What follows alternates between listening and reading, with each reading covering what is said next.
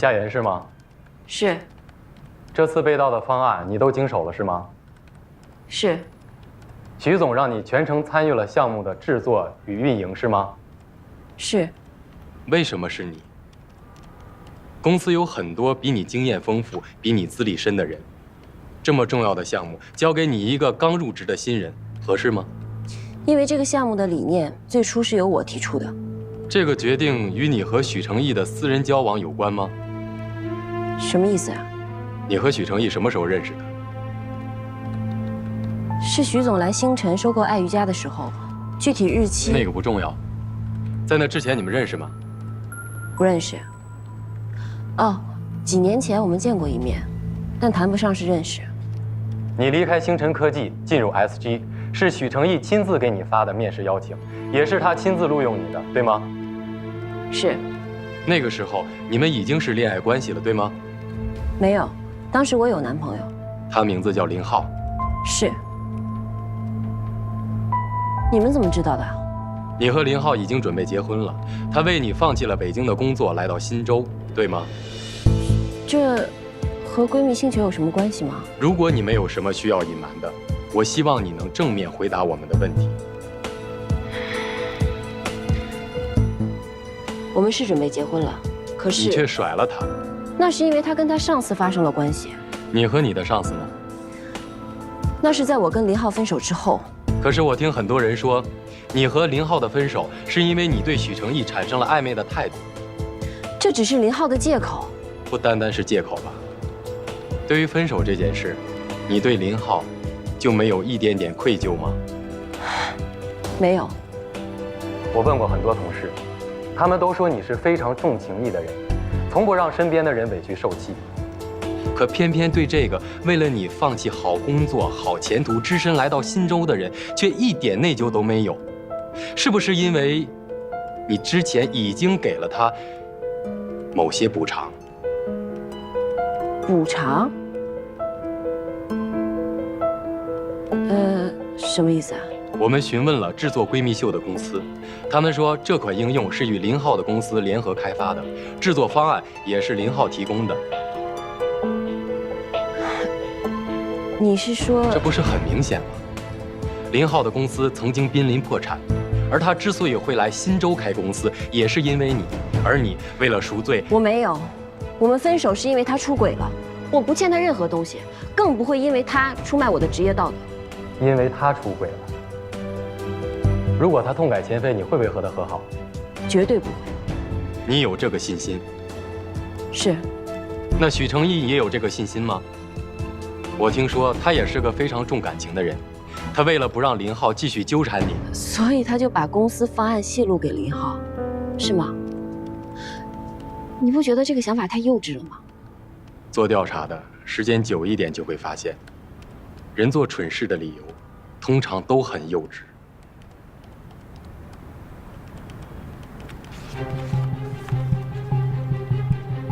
这张照片你要怎么解释？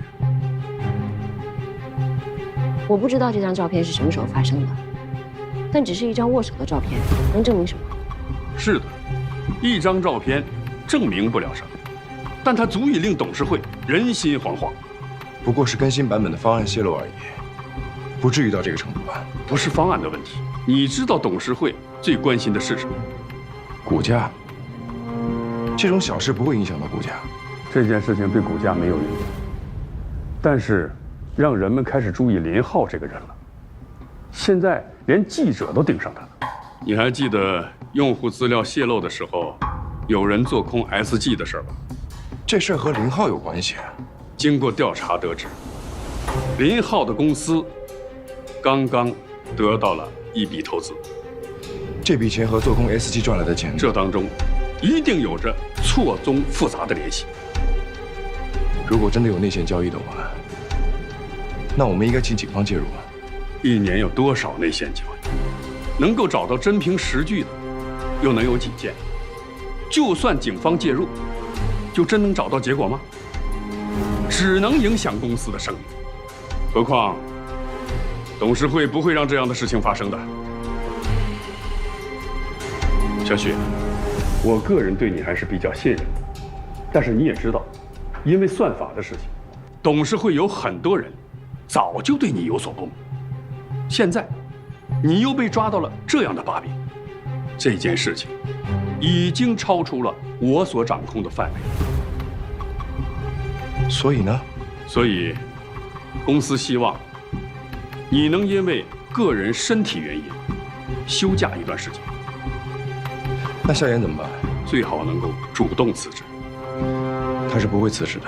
公司总能找到辞退他的借口，就看他还能坚持多久。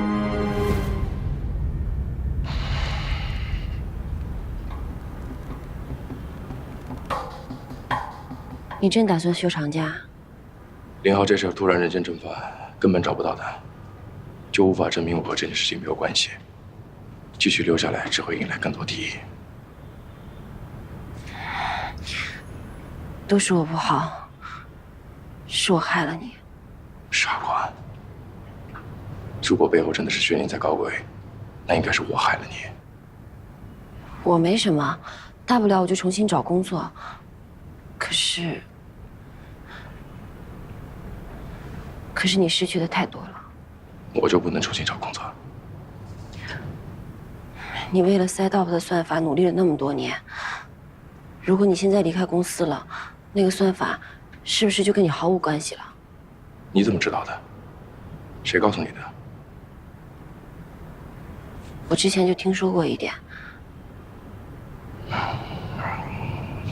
这个算法是我的毕业课题，但是我很快就知道，它是一项耗费巨大的工程，成功研发的概率不到5%，光靠我自己一个人的能力，就算花上10年、20年都不可能完成。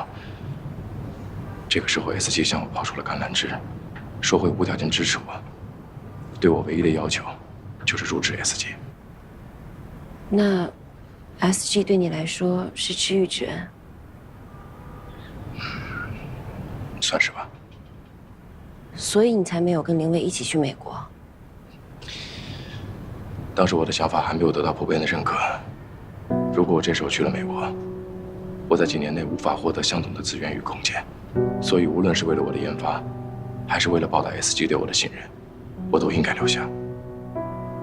现在大环境已经变了，很多人都喜欢你这个算法，你马上就要成功了，可是现在却被冤枉，怎么会变成这样？恐怕这个算法才是董事会让我休假的真正原因。公司已经投入了5年，却始终没有变现，董事会的很多人都已经等不及了。上次我去美国参加论坛，就是为了这个算法造势。他们希望我尽早把它卖掉。你不愿意卖？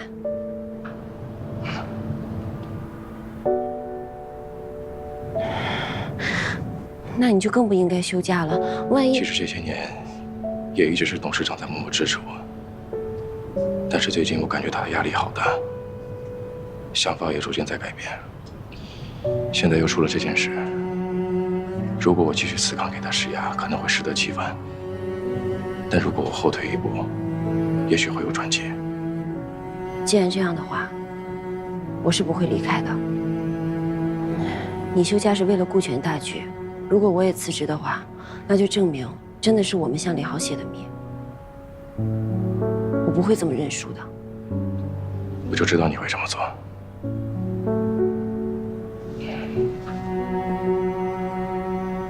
可是，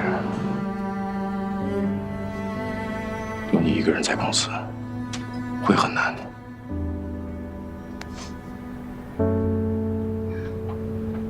我坚持得住，为了你，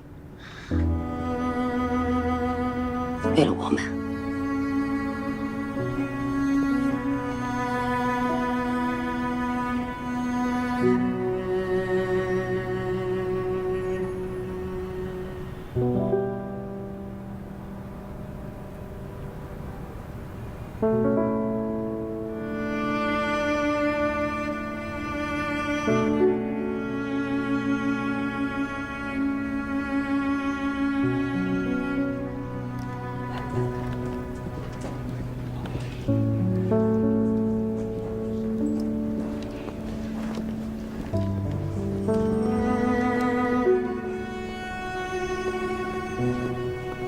夏言，徐总没事儿吧？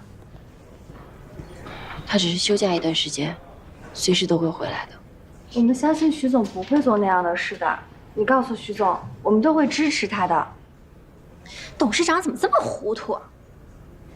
本来就是嘛，很明显这是有人栽赃陷害啊！我听说，有可能是薛宁干的。哎，别瞎说，薛老大不会的。哎呀，我就是……别闲聊了，回去工作。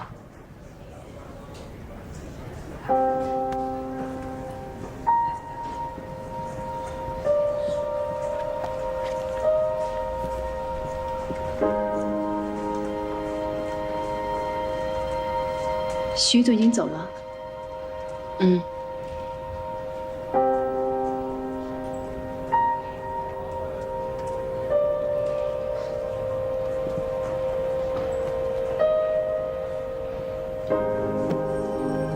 那是董事会的决定，我无权干预。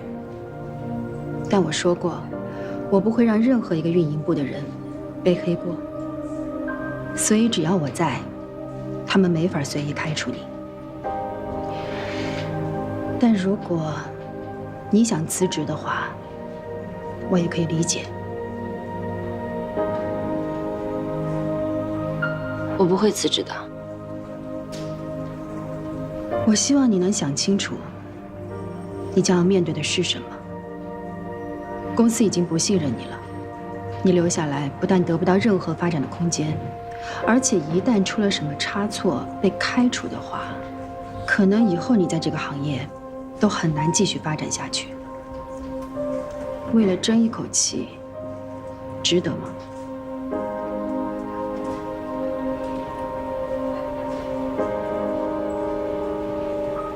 值得。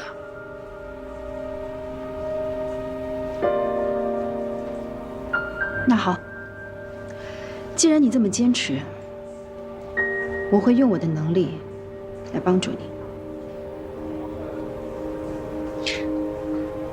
谢谢林总监。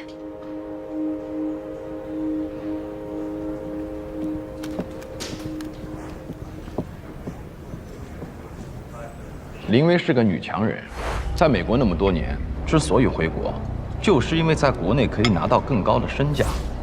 可是她现在竟然接受了 SG 运营总监这么低的职位，这说明什么？说明在 SG 有比职位更重要的东西。对于她来说，轻敌就是最大的错误。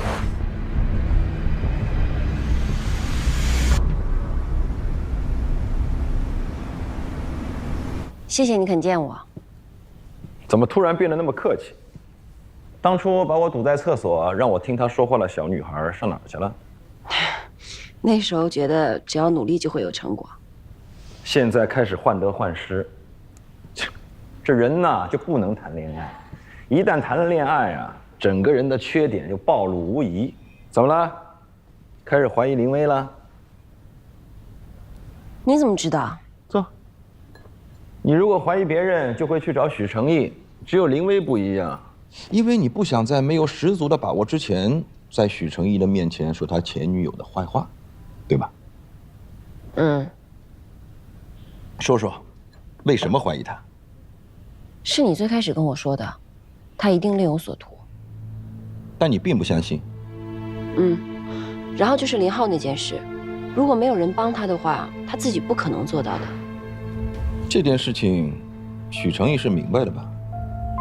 许成义怀疑的是薛宁。薛宁跟了他这么多年，他因为薛宁之前陷害过我，所以许成义对他已经完全不信任了。没错，无论是用户资料泄露的事，还是方案泄露的事，薛宁都可能办到。但薛宁跟韩爽确实没有什么交集。哦，对，韩爽他是我的朋友。这个我知道，你继续说。薛宁不应该知道韩爽手机里会有那段视频。还有一点最重要，偷韩爽视频的人，同时也陷害了我。而韩爽是通过林薇的提示才开始怀疑我的。虽然他提示的很巧妙，单独看来没有什么可疑的。但是如果没有林薇的提示，韩爽他这辈子也不会怀疑到我头上的。但是林薇会说，这一切只是巧合而已。即使他不提示，那个人也会用其他方法来达到目的。对，所以证据还不够充分。但是你还是怀疑林薇，而不是薛宁。我跟薛宁共事了那么久，虽然他一直针对我，但他是个直来直去的人，就连之前陷害我的方式都十分直接。这样一环扣一环的计谋，不像是他做出来的，反而是林薇。他虽然表面上对每个人都很友好，但我总觉得自己看不透他的心思。我对林薇也只是怀疑而已，所以想过来问问你的意见。肯定是林薇。他为什么这么做？想抢回许成义？林薇这么做的目的，可不仅仅是因为感情。那他是为什么？您好，您所拨打的电话已关机。连号已经关机了。我问了小磊，小磊说他们最后一次见面是在上周末，可直到前天一直都在用微信联系，昨天就突然没有了消息，然后就发生了这种事情。小磊和小军到处在找他，都找不到。薛宁的电话也打不通。你怀疑薛宁跟林浩合谋？其实上次用户信息泄露之后，我就已经起了疑心。可是那时候薛宁已经离职了。虽然薛宁已经离职了，但是以他对 SG 的了解，做这些事情并不难。你之前不是怀疑严长军吗？是林薇提到了严长军有这项黑客技术，但同时有这项技术的人有很多。相比于严长军，我认为薛宁更有动机。只是我不愿意往这方面想，没想到还真出了这样的事。我们现在对薛宁也只是怀疑，真相到底怎么样，还是要找到林浩才能问清楚。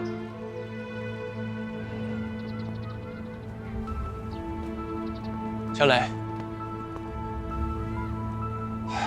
学长，怎么是你啊？小军呢？是我让他帮我约你的。我这2天一直在找你。我知道，我也觉得应该当面跟你说。SG 方案泄露的事不是我干的，真的跟你没有关系。他们都说是夏言把方案泄露给我的，你觉得可能吗？你不信我，也该信夏言。这事跟我们一点关系都没有，是有人故意陷害的，你千万别被他们骗了。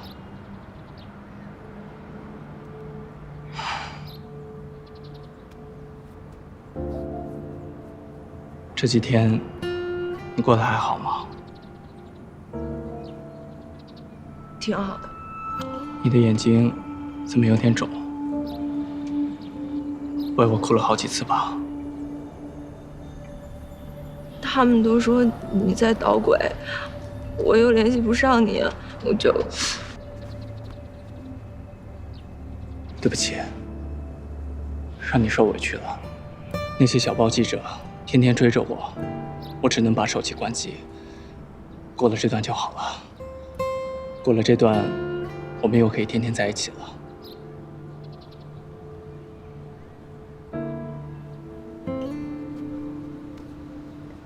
发生这么多事，你还愿意和我在一起吗？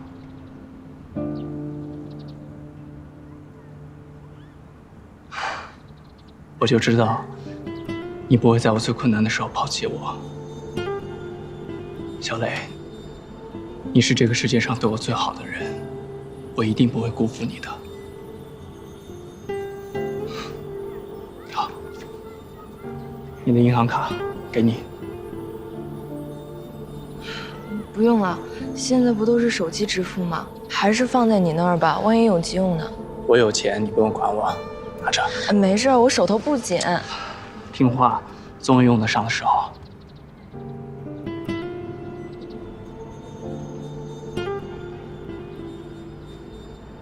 那你这几天都住在哪儿啊？过得好吗？傻丫头，我都这么大的人了，知道自己照顾自己。倒是你，无论别人说什么，不要再为我哭了。你要记得我们最开心的时候，你要想起我就笑，知道了吗？那我走了。别告诉他们我们见过面，也不用帮我辩护，反正真相总会大白的。我不想给你添麻烦。那你要照顾好自己。你也是。那我先走，你一会儿再离开，别被人看到了。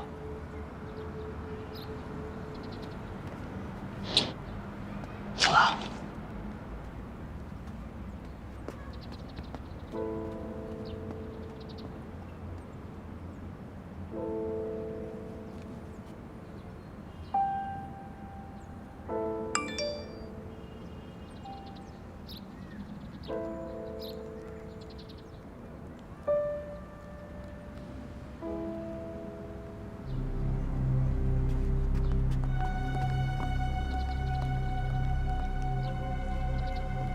您好，您所拨打的电话已关机。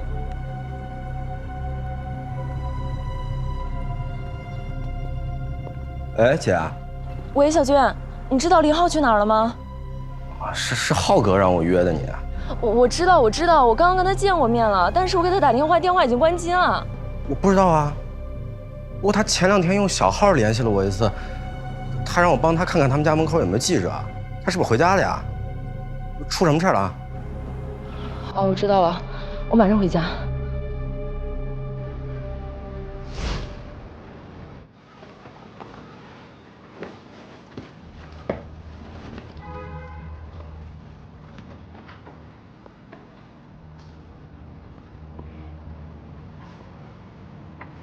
林浩，你怎么来了？你这是要去哪儿啊？出国。出国？为什么出国呀？那些记者太烦了，没必要留在这受罪。哦，对了，这车钥匙，车在楼下，我走了也用不着。小娟不是有驾照吗？先给她开。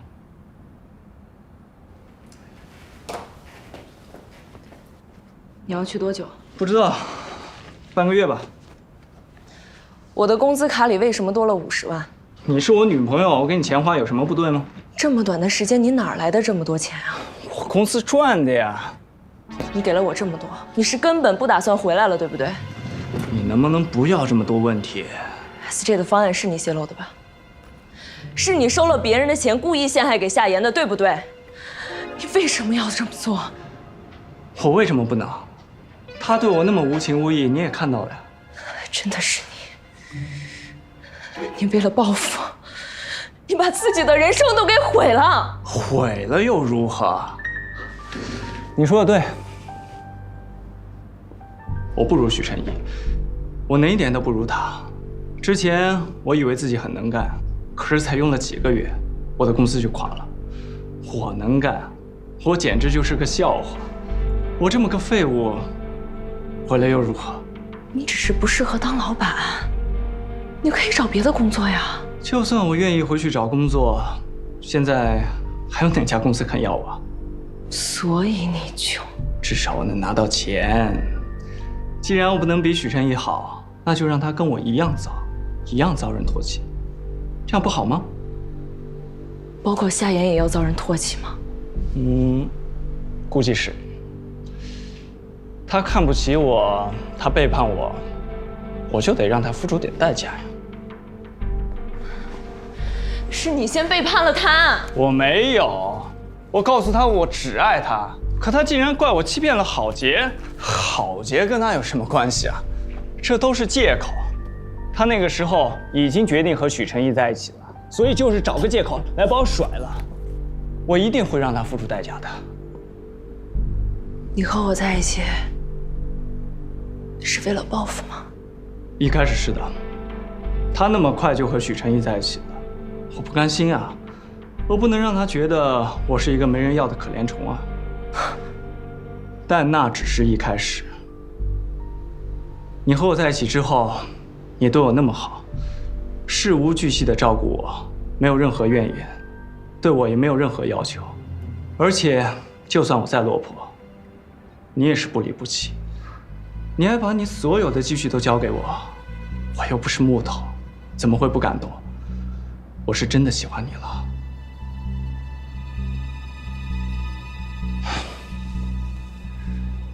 小磊，我走了之后，他们没有任何证据，那件事很快就会不了了之的。到时候你来找我，我还有钱，我们可以去智利买一片种植园。我查过了，那移民很好办的。那夏言呢？夏言我可管不了他，他就这么被你给毁了。我们幸福生活在一起不就行了？不行，我不会跟你走的。你也别想走。你干嘛？你必须留下来把事情说清楚，还夏言一个清白。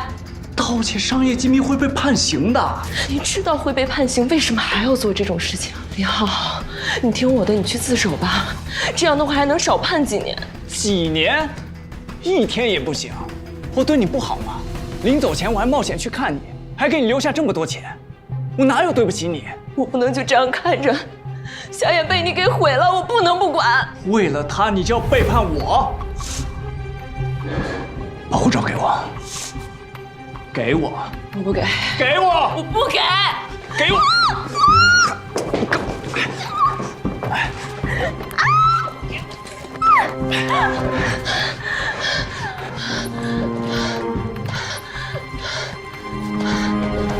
你干嘛？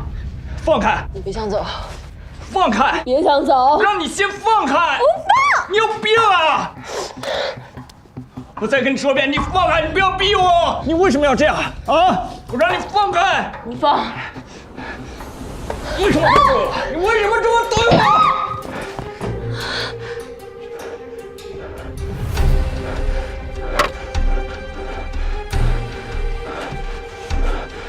是不怪我，是你自己不懂的，我是没有办法了。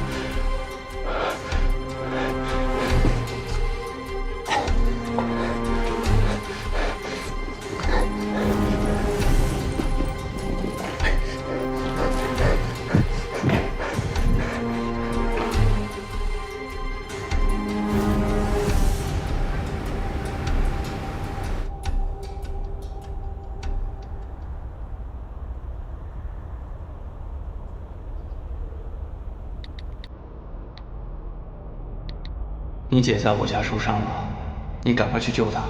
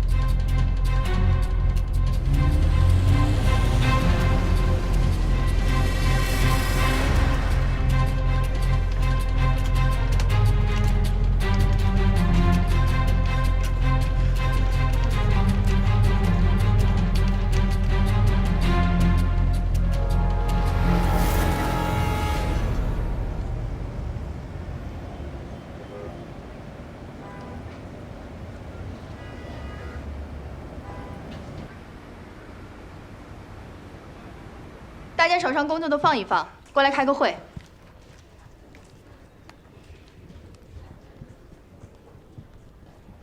最近公司发生的变动，大家都知道了。徐总暂时离开 SG， 董事会希望由我代理他首席技术官的职务，也就是说，我要离开运营部了。真的很舍不得大家。回国之前，我一直问自己，能不能适应国内的节奏，怕离开太久了，水土不服。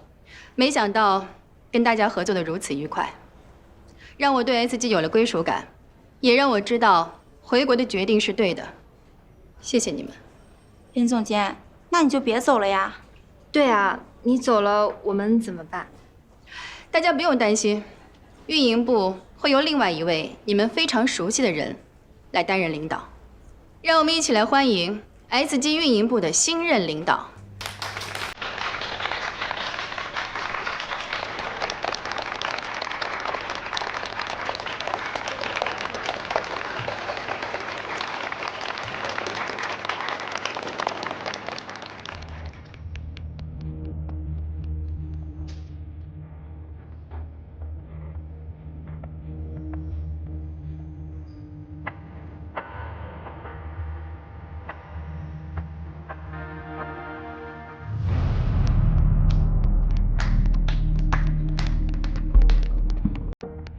薛总在 SG 的时间比我久，就不用多做介绍了吧。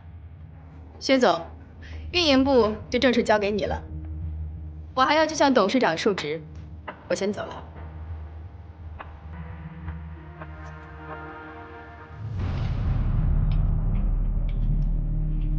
薛总监，你回来了，恭喜薛总。不用恭喜我。SG 的股票现在正在下跌。秀我的用户量也在下滑，闺蜜星球用户量虽然突破2000万，但那也是因为我们前期的筹备和铺垫，现在又完全停滞不前了。这就是我这段时间离开运营部，你们的工作成绩，我们运营部的脸都让你们给丢尽了。从今天开始，恢复末尾淘汰制，你们也应该有一点危机感了。可是。股票下跌跟我们又没有关系，为什么你还在这儿？捅出那么多篓子，你不是应该辞职才对吗？没有陷害同事，没有泄露公司机密，我为什么要辞职？夏言，你是真的以为自己很能干是吗？你之所以今天能够站在这儿，那是因为以前一直有人在背后给你撑腰。从现在开始，再也没有这样的好事儿了。我在工作上没有重大失误，如果你无故辞退我，我会申诉到底。谁说我要辞退你了？那张桌子看到了吗？那就是你的位置。把你手头所有工作交给美琪，业务上的事情与你无关。从今天开始，你只需要负责办公室的杂事，同时你还要为出差的同事预订酒店和机票。记住，运营部的钱不是大风刮来的，不能因为可以报销就随意浪费。你的每一笔预订，每一笔支出，我都要经手核算。要是被我发现有更优惠的价格，所有差价你自己掏腰包。去年你别太过分了。所有人，会议室开会，你们每个人都要向我报告最近的工作情况。你就不用来了。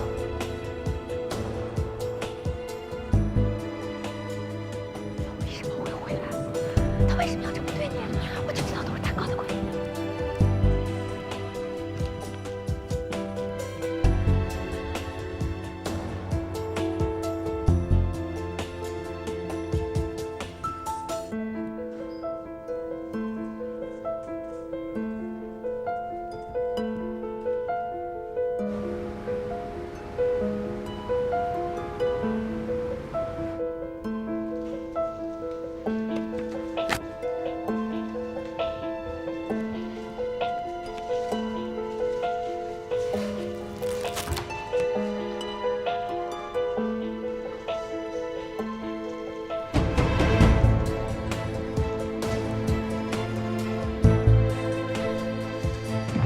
赶紧复印，急着用。哦。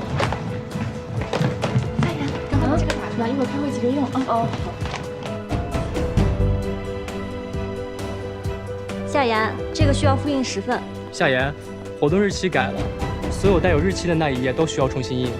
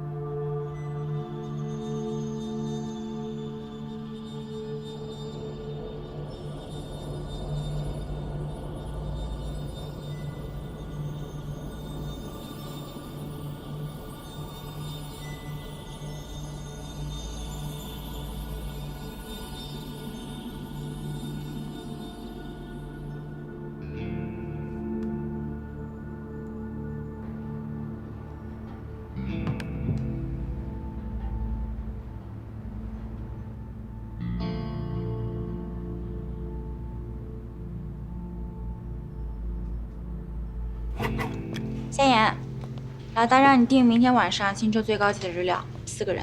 那家店至少要提前半个月才能订到。想想办法吧。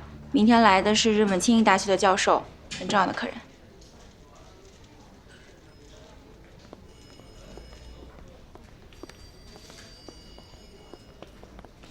墙头草，随风倒。前几天还巴结你，现在又拿着鸡毛当令箭。也不能怪美琪，她都是按照领导的吩咐办事的。我看她最近也挺愁眉不展的。那当然了，他不但自己买了我们公司的股票，还拉着亲戚朋友一块买。自从上次公司股价下跌到现在，一直没涨回来呢，他能不愁吗？唉，也不知道什么时候才能恢复正常。跌了才好呢，让他们欺负你和徐总。嘘，你还在为公司考虑啊？你想想你自己吧，天天让你干这些杂事儿，你的绩效肯定垫底。连续3个月，他们就可以名正言顺的开除你了。唉，现在这种情况我也没办法呀。你快回去工作吧，我要订日料店的。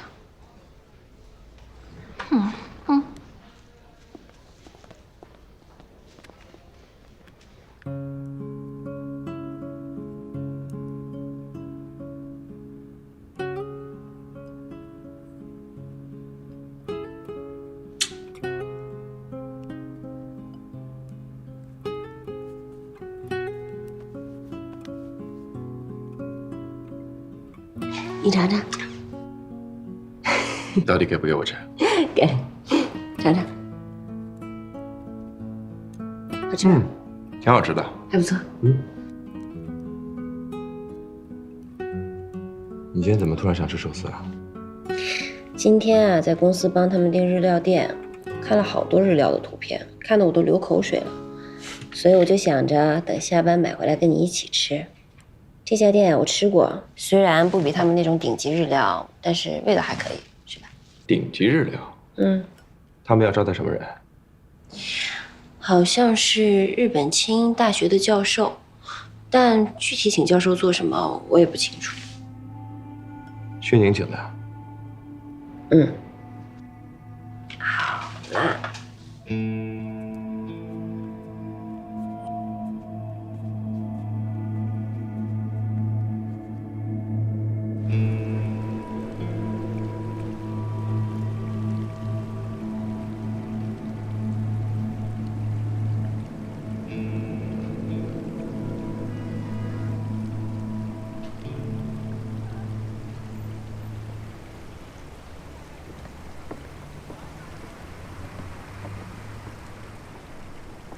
你怎么样？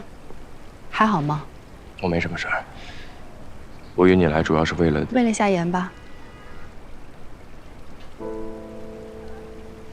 薛宁这突然又回来，夏言这下在公司的日子可不好过了。你放心，我会尽我的全力来帮助他。谢谢。跟我说什么谢谢？只可惜你的事，我就帮不上什么忙了。这是董事会的决定，连董事长都不能违例。接下来你打算怎么办？去找那个叫林浩的人。真正的问题不在于林浩，而在于 Setup。你是说董事会想卖掉 Setup 的事？想解决这件事情，必须给他们一个不舍得卖的理由。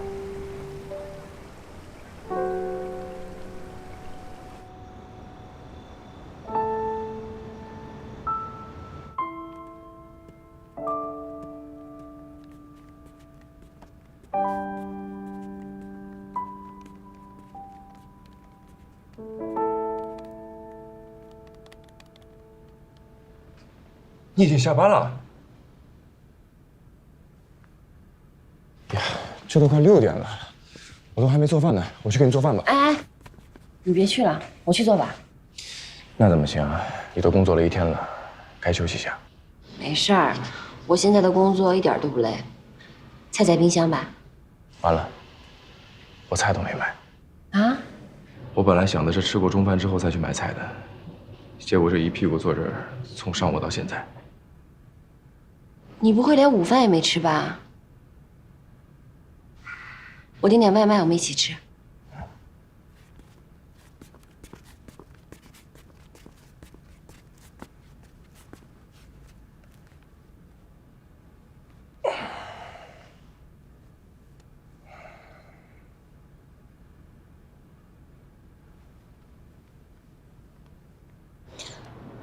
点好了。不好意思，让你过来吃饭，结果搞成现在这个样子。没关系，只要能跟你一起吃饭，不管菜是谁炒的，我都很开心。不过你这休假了，为什么感觉比之前还要忙啊？因为我现在没有什么杂念，一心只要做我想做的事情就行。看你现在精神挺好的，我还担心你休假之后会沮丧呢。一开始的2天确实有些沮丧，但是我很快就发现，我可以利用这段时间将这个算法做进一步的优化。虽然一直以来我都在做这件事情，但是你知道的，我同时要兼顾运营和行政方面的工作，总是静不下心来。这些天我终于可以全身心的做这一件事情。说实话，我觉得我最近挺充实的，反而要感谢他们让我休假。可是 Setup 的算法已经不由你负责了。虽然行政上不归我管，但其实在我心里，他一直都是我的孩子，我不会对他弃之不顾的。可你这么做的话，公司那边会同意吗？我只是让他变得更完美一些，我并不是要把他占为己有。到时候我把这个构想告诉董事长，让董事长处理就行了。把你这么多年的心血拱手让人，你舍得吗？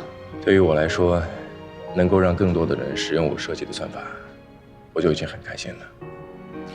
重要的是它能为人所用，我并没有想把它占为己有。Setup 的算法到底是做什么的呀？它是一个大数据的处理工具，可以同时处理分析海量数据。初步的框架我已经完成了，我现在要做的就是将它进一步的优化，提升它的运转速度。你过来看一下。哦。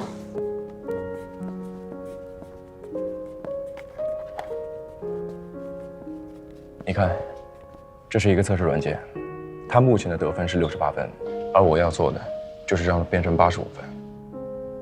当我达到了这个目标之后，我也就完成了当时进入 S 界对董事长的承诺，那样我就算离开，也没有遗憾了。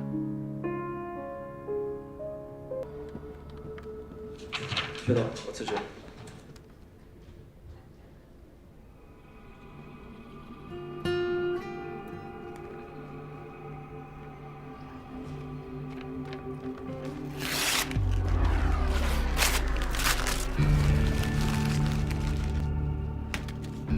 不批准，出去干活。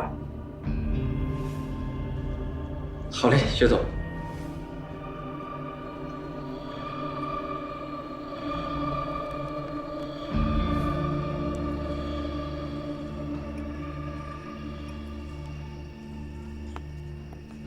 你们看工资单了吗？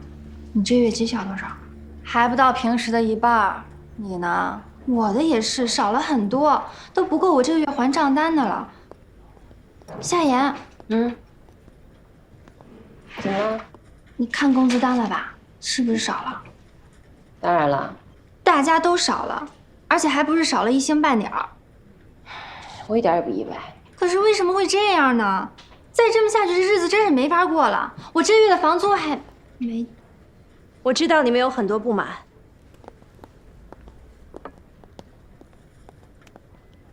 但是没有办法，公司股价恢复正常之前，你们每一个人的绩效工资减为1/3。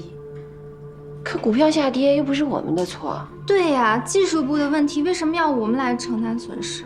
系统上的漏洞，技术部已经修复了，可我们运营部呢，危机公关处理不当，导致公司声誉受损，影响到股民心态，股价才会下跌。现在是非常时期，我希望大家能够团结在一起，共克时艰。记住 ，SG 的危机就是你们每个人的危机，你们也辛苦了，我们一起努力吧。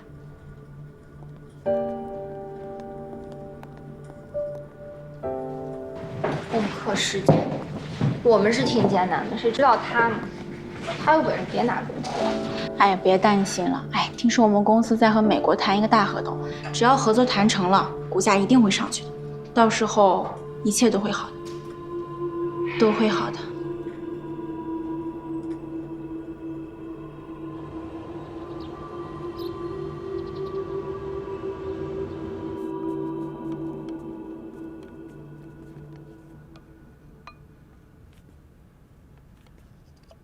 怎么了？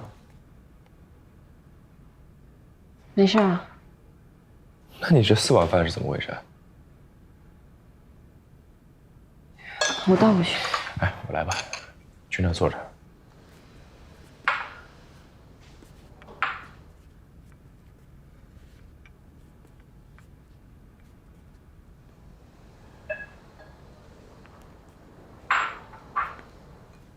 你怎么了？有心事啊？吃完饭再说吧。不行，你要是不告诉我，这饭我可吃不下。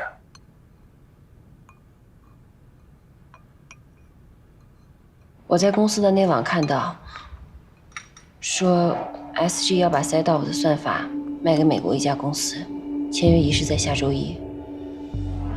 SideOp 是你的心血，虽然你说过愿意与更多人分享，但是如果卖给了美国的公司，还不知道他们要怎么使用呢。而且你还没有完成你的优化，我知道这一定不是你想看到的结果。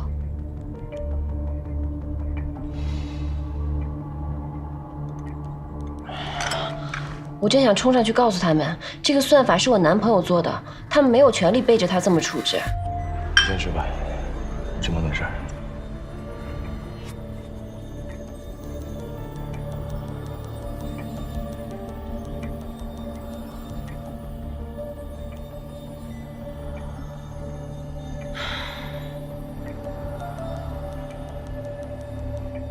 心太疯了。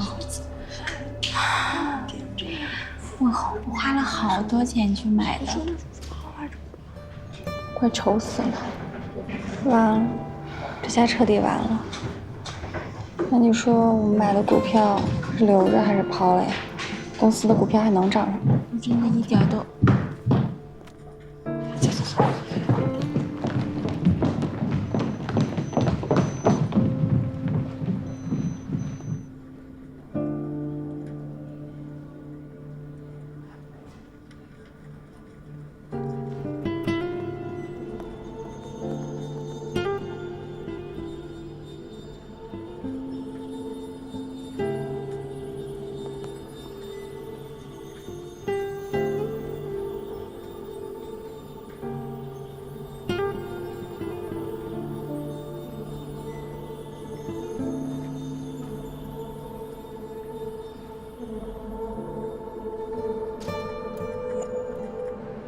所以我早就给过你忠告，面对临危千万不能掉以轻心。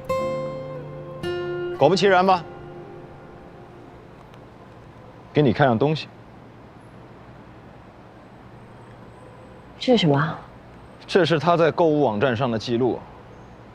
怎么会在你手里？我当然有我的办法，你只需要关注结果，不需要关注过程。这些花跟首饰都是她自己买给自己的。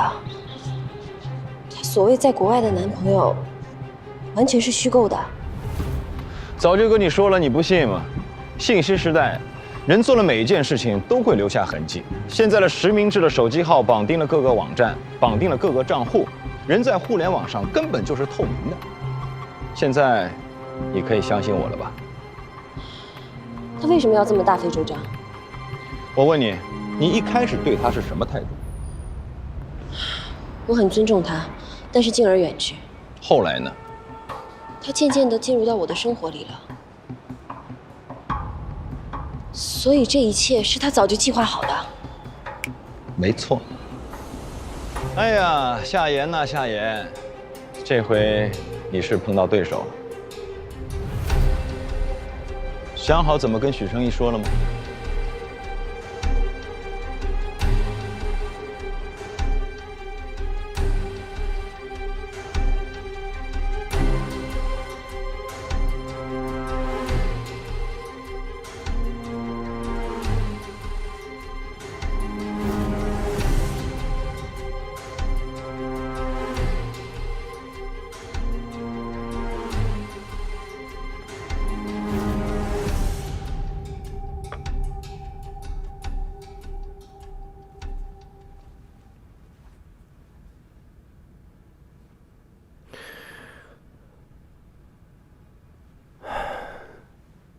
我怎么可以睡着了？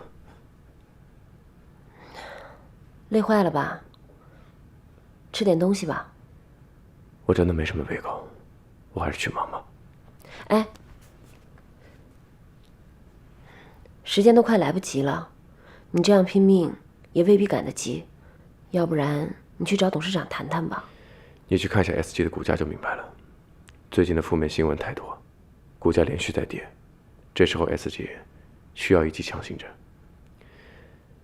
董事会想卖了赛道粉，无异于是杀鸡取卵，但是很显然，这是让股价快速反弹最好的办法。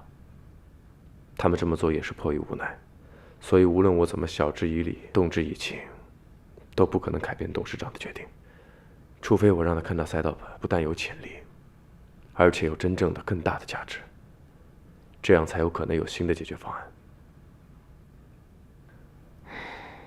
要是想说服别人，就要拿出他想要的东西。对，所以我要尽快的优化它，算法的效率哪怕提高5%，都有可能改变天平的平衡。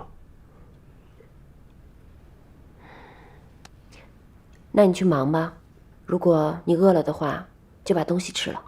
嗯。好。嗯。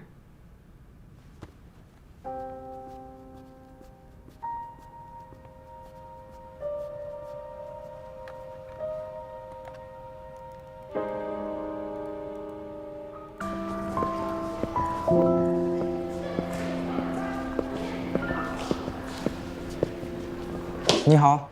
你好，我是夏言。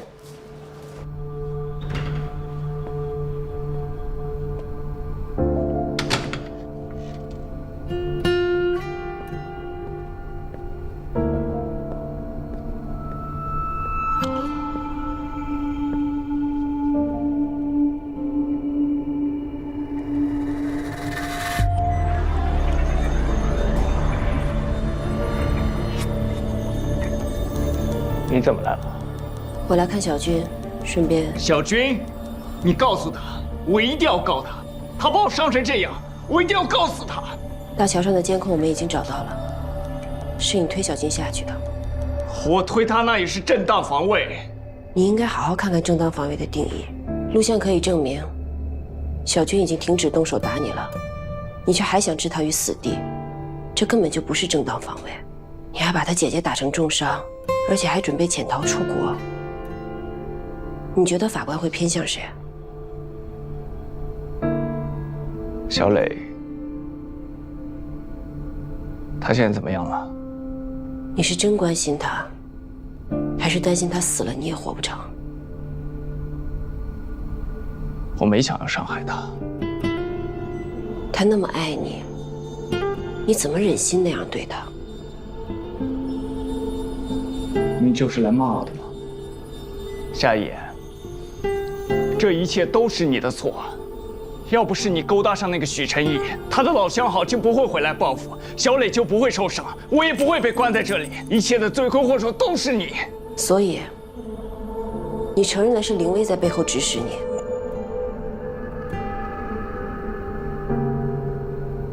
这才是你来的真正目的吧？你根本不关心小磊，你只是想跟我做交易，洗脱自己的罪名。我告诉你，你这是白费心机。你说什么都好，我是不会替你作证的。就算我坐一辈子牢，我都不会。我不需要你作证。你跟林薇做了坏事，早晚都会露出马脚。现在你也跑不了了。我们早晚都会找到你的罪证，这个我一点都不担心。我来是想告诉你，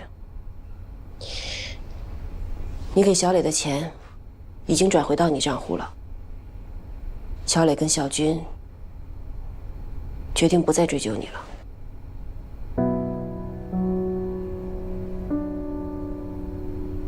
不追究。小军说，你以前帮了他很多。小磊也说，他只想记得你的好。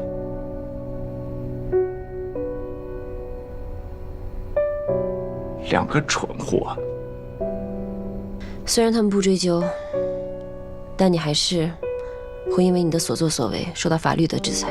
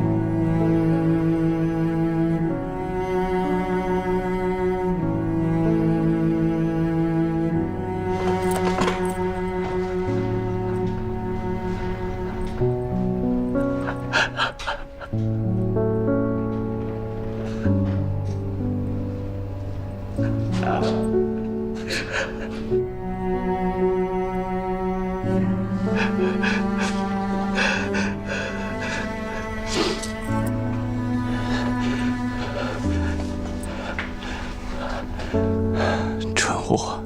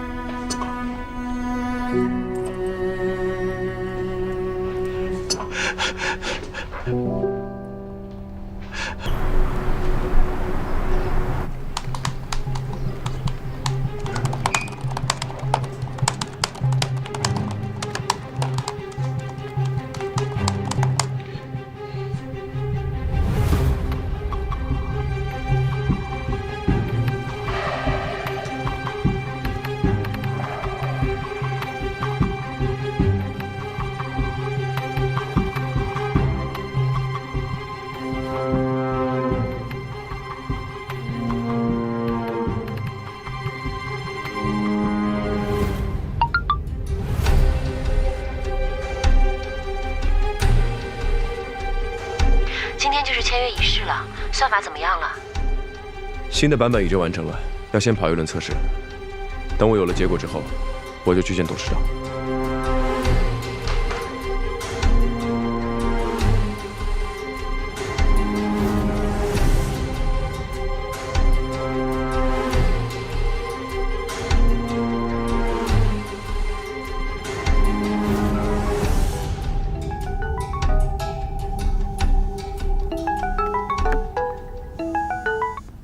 喂，我找到那帮家伙了。你说什么？就是偷韩爽视频黑了你们数据库的那个黑客，我知道他在哪儿了，我这就去找他，我一定要把韩爽的视频找回来，到时候 SG 泄密的事情也能水落石出了。你在哪儿？我现在就去找你。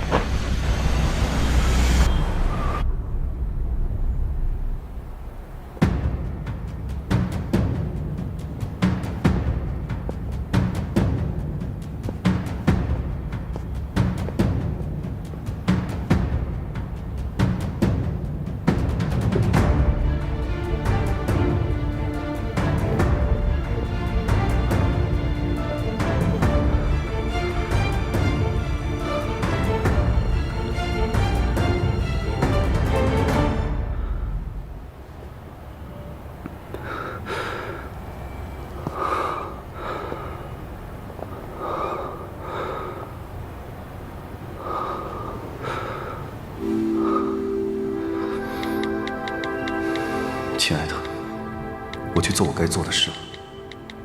这一次我不会逃避了。如果不成功，我只能跟你说一声对不起；如果成功了，我想对你说，我爱你。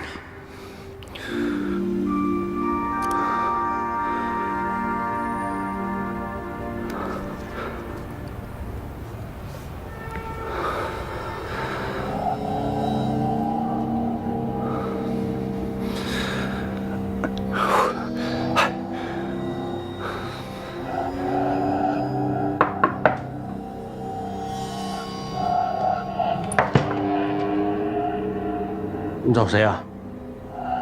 你就是黑客？说什么啊？闺蜜星球是你的活吧？韩爽的视频是你剪的吧？我的婚礼也是你毁的吧？出去！出去！哎，你干什么呢？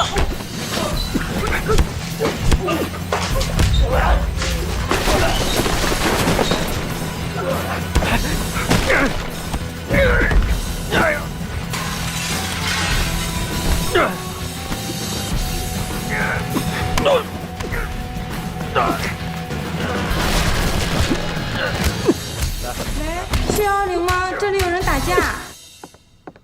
陈毅，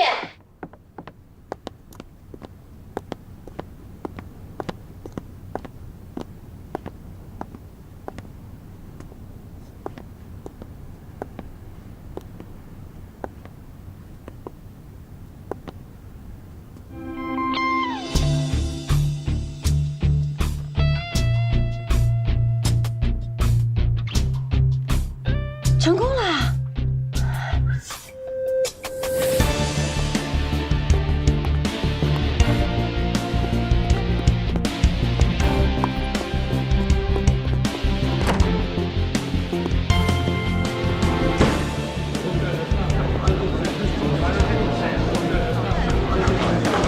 马克，其他同志，你们搞错了，那两个才是黑客，而他是来抓黑客的。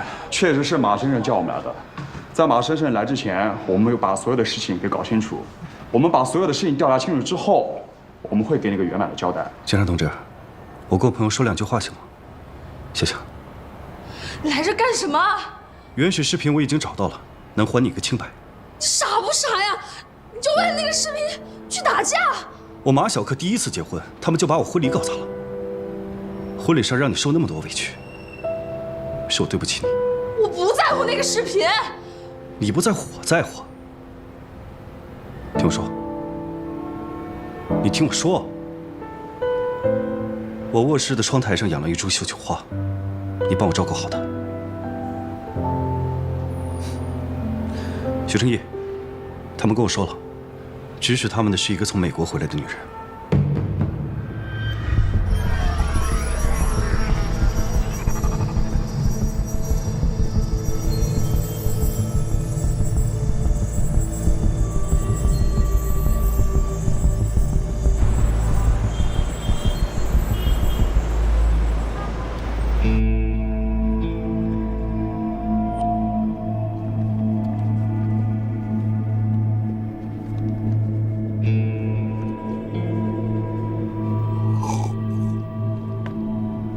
这也太奇怪了，今天的资料都是薛老大亲自检查过的，怎么还会出错呢？你管他呢，反正也怪不到我们头上。夏言呢？怎么还没来？薛老大要是发现了，又得找茬。夏言不会来了。为什么？薛老大不让他来。凭什么呀？他这也太过分了吧！先是把徐总赶走，又偷偷卖掉人家的算法，现在还不敢让夏言来参加，这一什么人？这就是一白眼狼、胆小鬼！别再瞎说了啊！狗腿子！你说什么？我没说什么，还说别人是胆小鬼，我看你才是，只敢在背后说别人坏话，这就是你的能耐。我背后说人坏话了吗？我说的是事实啊。夏言当主管的时候，你对他那么好，薛宁回来了，你马上就变脸，真没想到你是这样的人。好了好了，我是怎样的人啦？不管谁是领导，我都只是认真工作，完成交代给我的任务而已啊！我从来没有对任何人阿谀奉承，更没有拍过谁的马屁。我因为我的工作能力而得到赏识，这有什么好记恨的？我记恨你。可是你呢？你为什么那么喜欢夏言啊？还不是因为他从不责备你，总是给你擦屁股。你想夏言当老大，不就是想偷懒、想浑水摸鱼吗？当面就唯唯诺诺、装傻充愣，背后就刻薄挖苦、满肚子牢骚，这就是你的能耐。你胡说八道！我什么时候偷过懒？你想让我当面说是吧？好，黄美琪，你就是一狗腿子，两面三刀墙头草。当面说我算什么本事啊？你讲了徐老大那么多坏话，你也当着他的面说啊？你觉得我不敢当面说吗？我告诉你，我背后说什么，当面照样敢说什么。吵什么呢？该干嘛干嘛去。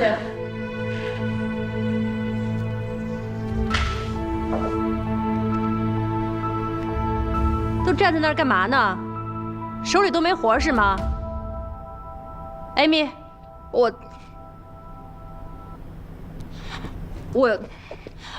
我什么我？有话赶紧说，没话出去干活。一个个都学会偷懒了，这都跟谁学的？谁把运营部搞成这个样子的？你别说了，我不允许你再说夏言的坏话。他被你害得还不够惨吗？你嫉妒他，陷害他，陷害他不成又去陷害徐总，处心积虑把他赶走，就是为了把他研究了7年的算法卖掉。大家都知道徐总是不会出卖 SG 的，出卖 SG 的人是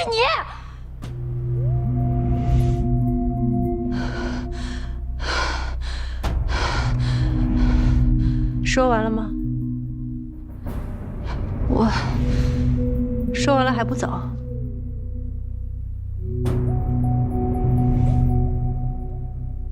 都出去！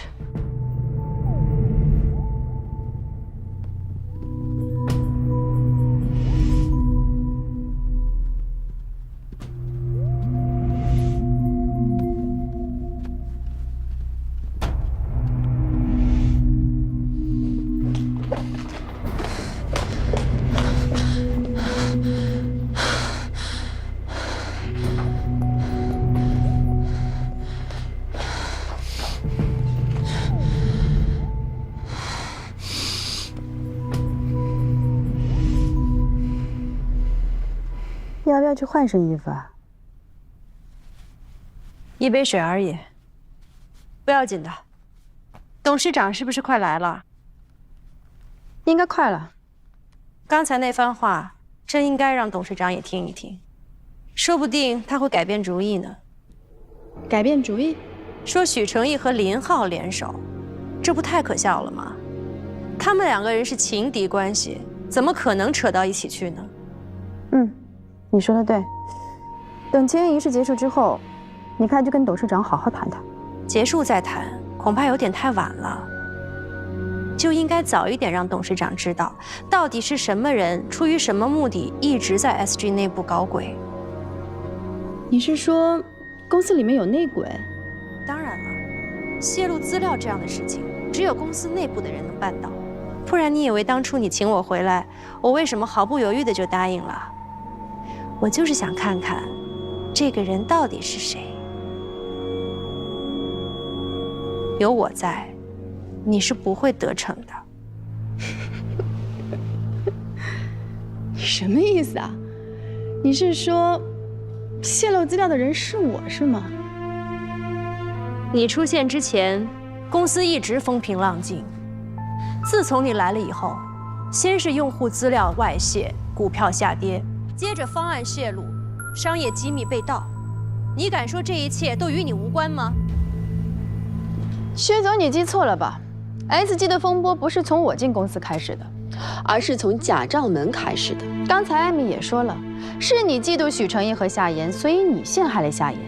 可惜搬起石头砸了自己的脚，不得不灰溜溜的离开。你离开之后一心报复，才有了后面这么多事儿。这就奇怪了啊！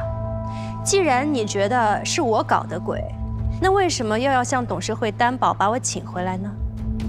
我这么劣迹斑斑，我对你有什么好处啊？因为你到底是一时糊涂，还是说你根本就一早想好了要让我来替你背黑锅，所以才不惜动用人脉，也要保证我回到 SG 来当靶子？我在美国这么多年，国内哪有什么人脉 ？SG 在美国上的市，股东大部分都在国外。就是因为你在美国，所以一切才显得那么顺理成章。你跟股东的关系，绝对不是表面上看起来那么简单。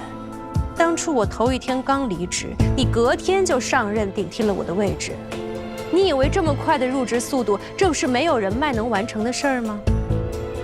你不说我都不知道自己有这么大能耐，可你把自己说的也太无辜了吧？这次你回来，真的是为了守护 SG 来的？你忘了你怎么跟我提条件的？你说你要当 SG 的首席运营官，许晨一对你不错吧？他刚离开你就想抢他的位置，用得着把自己说的这么高尚吗？对你这种利益至上的人来说，我要是不谈条件，你是不会相信我的。你就别自欺欺人了。你一心往上爬，先是陷害了许成义，现在又想来针对我，这样有意思吗？到底是谁陷害了许成义？要用事实说话。你当时焦点访谈呢？你少跟我来这套，这里头包含了你跟几位股东的密切来往记录。真的是很巧，他们几个人都是主张要卖掉算法的人。我待会儿就要让董事长看看你在背后到底搞了多少小动作。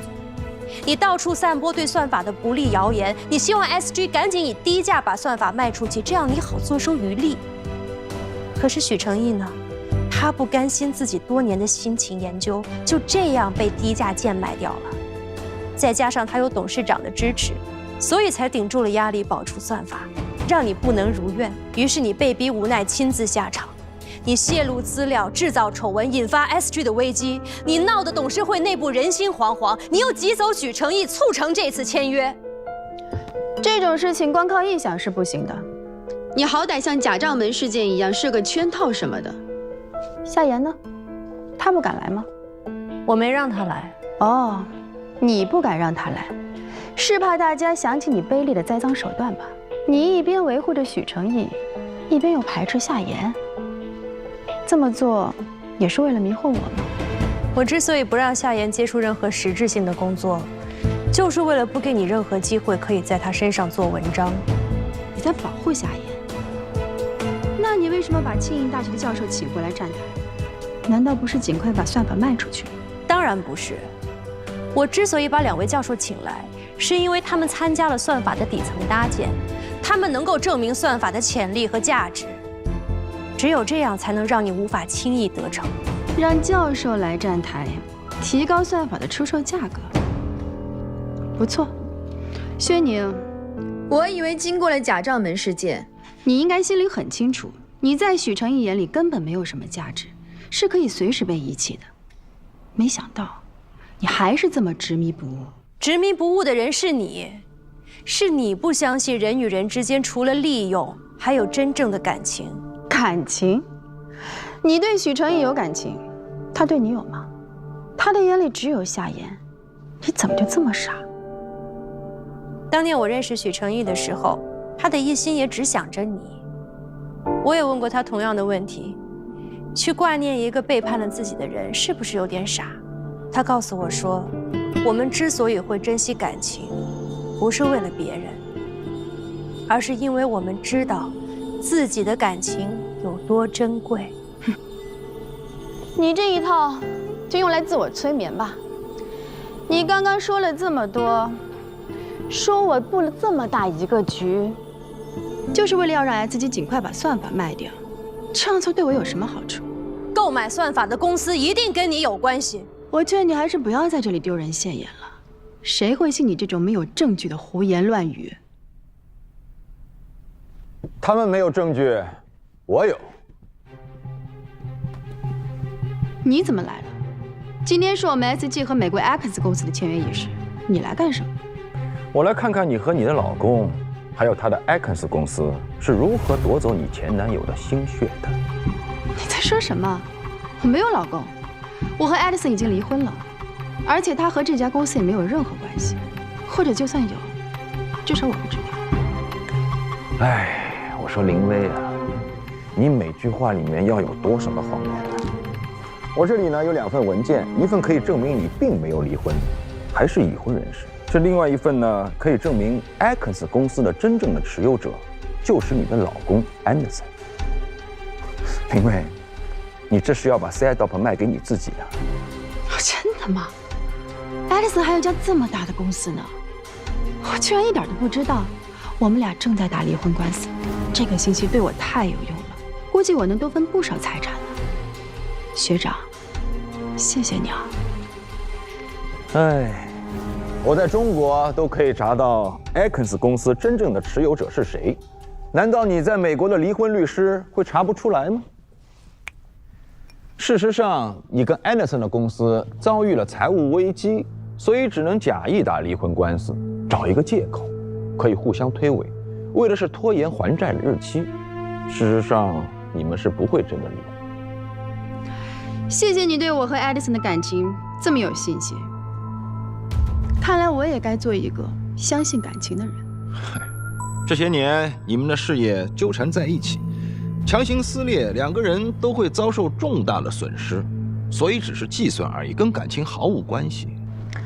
学长，我记得你曾经说过，人管好自己的事情就行。没想到你现在也喜欢说这些家长里短。我管的可不是你的家事，是你在进入 SG 之后的所作所为。既然你根本就没有打算过离婚，请问你为什么要回来？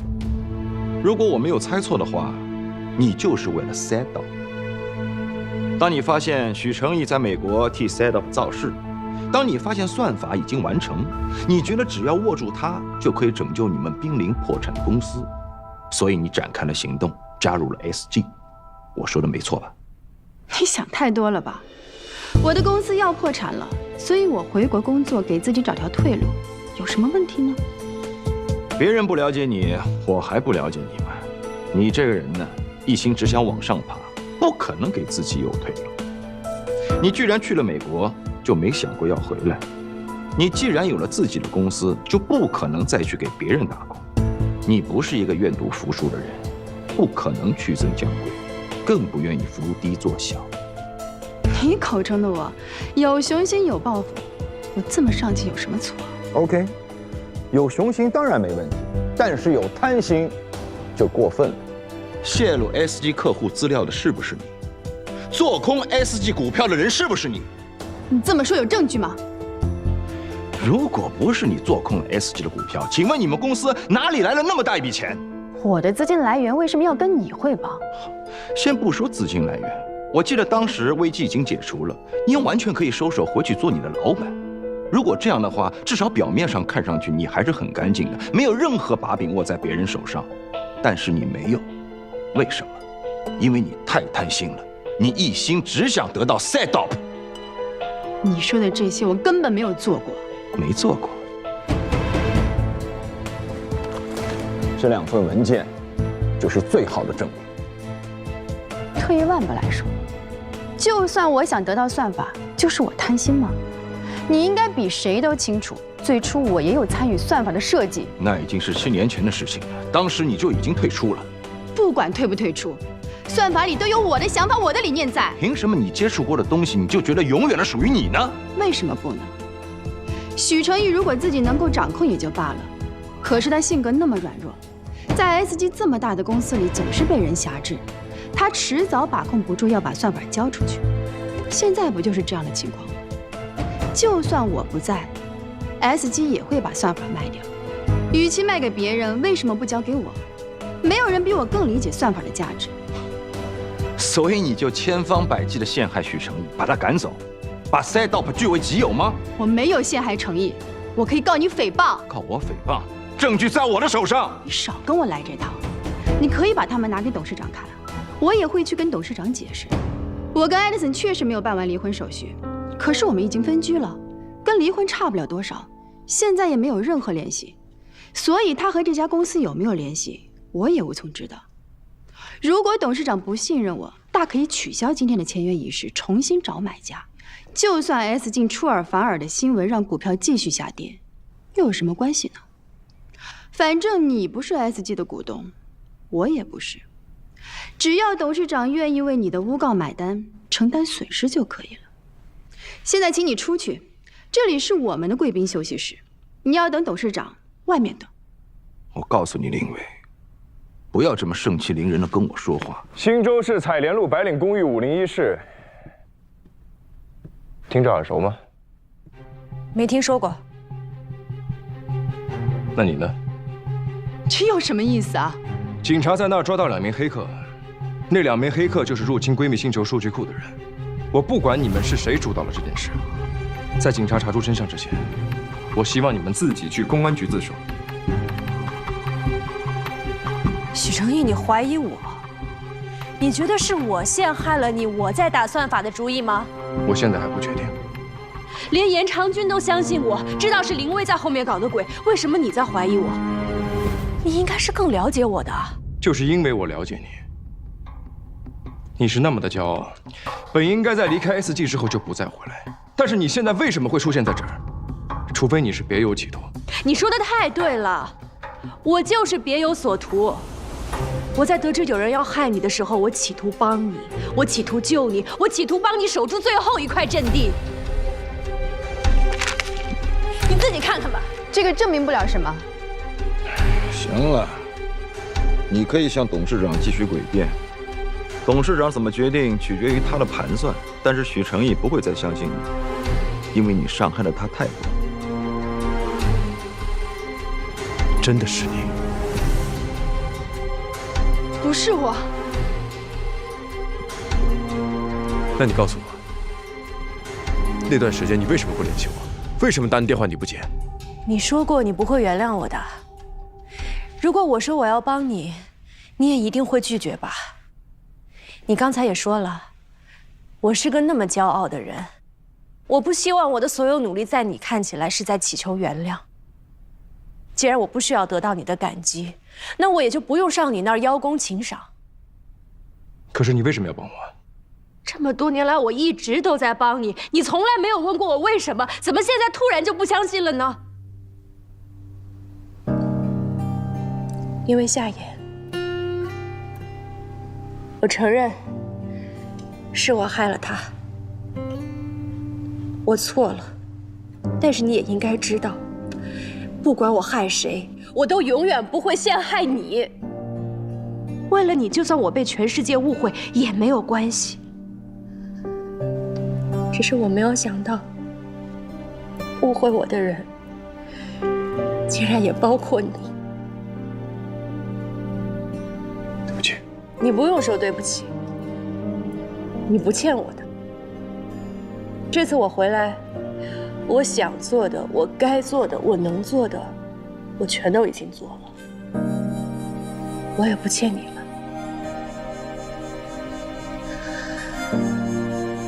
我不用继续留在这儿了。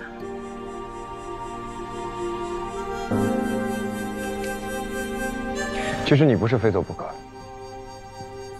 你可以继续做你的首席运营官，这不是你一直所期待的吗？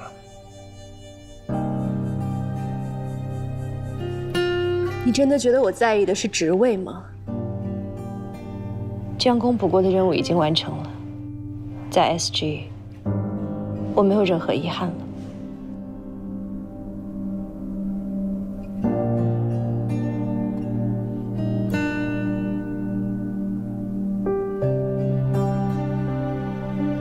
真感人呐！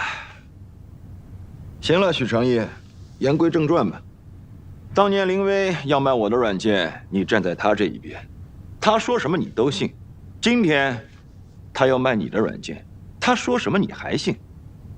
这么多年过去了，你怎么一点长进都没有啊？我没有陷害他，那些黑客跟我没有任何关系。我希望我可以相信你，哪怕只有一丁点的可能性，我都不会去猜疑。你是一个做事很专注、很认真，设定了目标就会完成的人。那时候的你是多么的优秀，就算最后你提出分手，我也毫无怨言。你当然不怨恨我，你应该是松了一口气。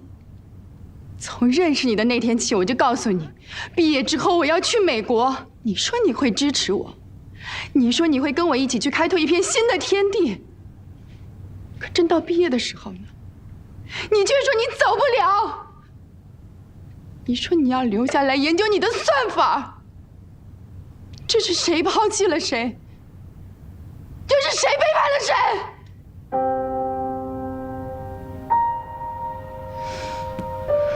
你不肯去美国，所以要跟你在一起，我就得妥协。可凭什么妥协的人必须是我呀？你不肯放弃你的事业，我也不想放弃我的，这样才公平。你心里比谁都清楚，这样下去我们迟早会分手。可你就是不肯说。好，你不说，我来说，我来提分手，我来当这个恶人。你不是分手，你是结婚了。我是结婚了，可是爱迪生更像是我的生意伙伴，我们有共同的目标，相似的处事方式，仅此而已。真正爱过的人只有你。这次回来，我真的想跟你重新开始。可你呢？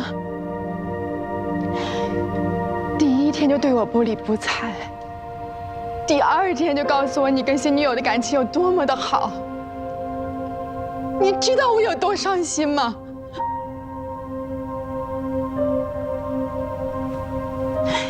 那天在电梯里，电梯出事故，如果不是我拼尽全力，他就死了。我甚至在想，如果他不在了，你是不是就不会变成今天这样？可我还是要去救他，我忍不住。我知道他对你来说有多重要，哪怕我只能眼睁睁的失去你。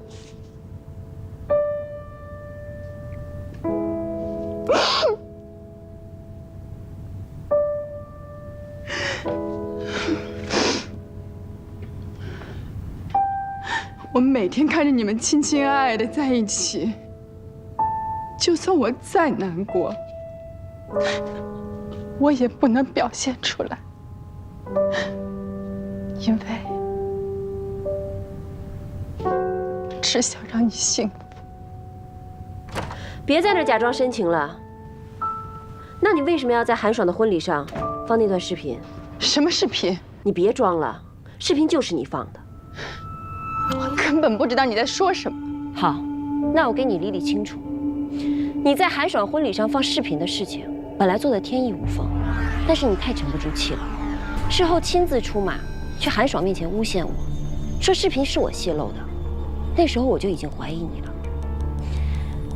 那件事情表面上看起来是在针对韩爽跟马克，但实际上是在针对我跟许成业。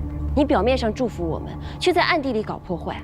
你希望我怀疑许成业，希望我和他像韩爽跟马克一样一拍两散。你在电梯里救过我，我很感激你。但我向来是个恩怨分明的人，我欠你的我会还，但是你害我的、害我闺蜜的、害我男朋友的，我会一样不少的讨回来。漂亮，这没你的事儿。哦。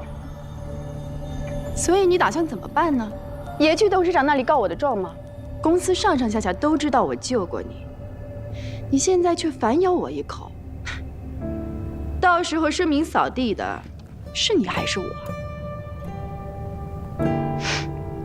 你跟我的前男友好了，我毫不计较，在公司处处维护着你，顶住压力不开除你，你却因为嫉妒我和许成义的过往，这样来陷害我。丁薇，我到今天才真正的认识你。你这么说，我好心痛啊！看来我们缘分真的尽了。就算我再舍不得，我也要学会放下。签约仪式结束之后，我还是回美国去吧。这样我们就再也不用看见彼此，勾起伤心事了。说起签约仪式，你不觉得奇怪吗？美国公司那边的人怎么还没有过来？他们不会来了，董事长已经让他们回去了。不可能！如果董事长取消这笔交易，董事会是不会放过他的。许成义已经把算法优化完成了，速度提升了20%。我刚刚来之前已经把新版本演示给董事长看了。你认为董事长现在还会愿意以你们当初谈的那么低的价钱把算法卖出去吗？你撒谎！没有人能在这么短的时间内完成优化，这不可能。没有什么事情是不可能的。这个版本并不是我短短几天内完成的，这个是我7年的积累。像你这种用狡诈的手段，在短时间内争夺别人的产品，是根本不可能成功。漂亮！用手段怎么了？搞阴谋是可能会失败，但努力就一定会成功吗？像你这样脚踏实地的人多了去了，又有几个能真正成功的？我们一样是在赌几率，就算这次赌输了，下次我一样可以再赢回来。你觉得还有下次吗？为什么没有啊？你真的觉得别人不知道你的真实身份，对吗？但是你还是露出了马脚。那帮黑客说，指使他们的人是一个从美国回来的女人。美国回来的女人成千上万，靠这个就想定我的罪？要下人不知，除非己莫为。我知道你尽力在隐藏自己在网上的踪迹，但是你只要做过，就一定会留下痕迹。我会协助警方调查黑客的电脑，我相信你留下了线索，绝对不止这一点。你还不知道吧？林浩已经被抓了。林浩？他不是你的前男友吗？跟我有什么关系？林浩已经供认是你指使他的，你给了他一大笔钱，让他以他公司的名义盗取闺蜜星球升级版本的方案，制作了闺蜜秀。当然了，方案也是你给的。努力不一定会成功，但违法犯罪一定就会露出马脚，这不是几率的问题，是正义永远都不会缺席。现在你彻底输了，你不仅输了你的将来，输了赛道，输了对你唯命是从的许成义。他现在只听我的了，他只爱我一个人。许成义，你真的这么对我？我不许你欺负我的女人。你的女人？那我是谁？你抛弃的女人吗？你从来都不是我的，你只属于你自己。我属于自己有什么不好？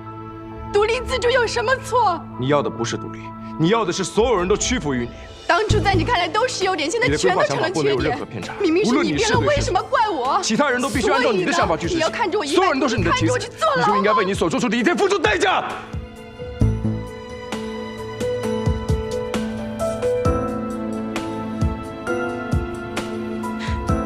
你真的想要我去坐牢？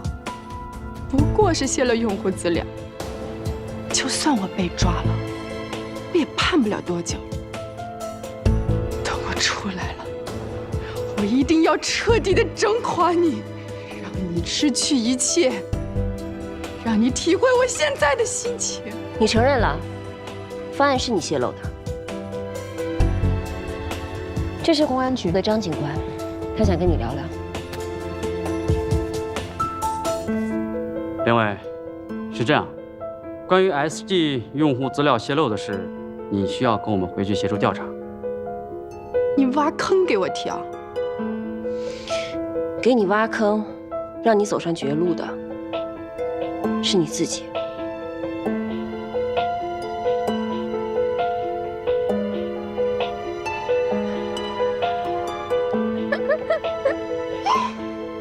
走吧。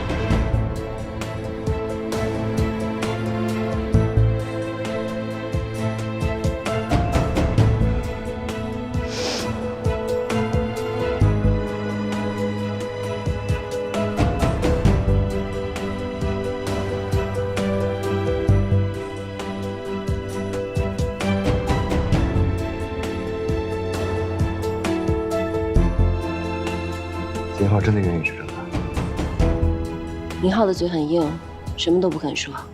不过现在黑客已经抓到了，凌威也露出了马脚，我相信真相很快就能水落石出了。那你刚才说什么？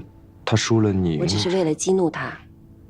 你不是我的战利品，如果爱情不是相互的，不是平等的，就没有意义。那就好，刚才真是吓死我了。大戏终于落幕了，我也该走了。这次眼光不错，不过你小子那么笨，都能追到那么美丽的姑娘，我是不是也应该谈个恋爱了？啊？学长，这件事情……好了，行了，我不是帮你，我只是看不惯林威，还有你们 SG 所谓的什么息事宁人的企业文化，真的是让人……所以我故意捅个马蜂窝而已。我真的很抱歉。有什么好抱歉的？7年前卖软件的事儿，确实是我的错。我在这儿向你道歉。之后我还会公开发表一个声明。发什么声明呢？啊，都是兄弟，有些事儿有必要让别人知道吗？你说呢？谢谢。我们还是兄弟，勉强算是吧。哦，对了，外面很多记者，这个烂摊子你们自己收拾，我先走了。改天请我吃饭。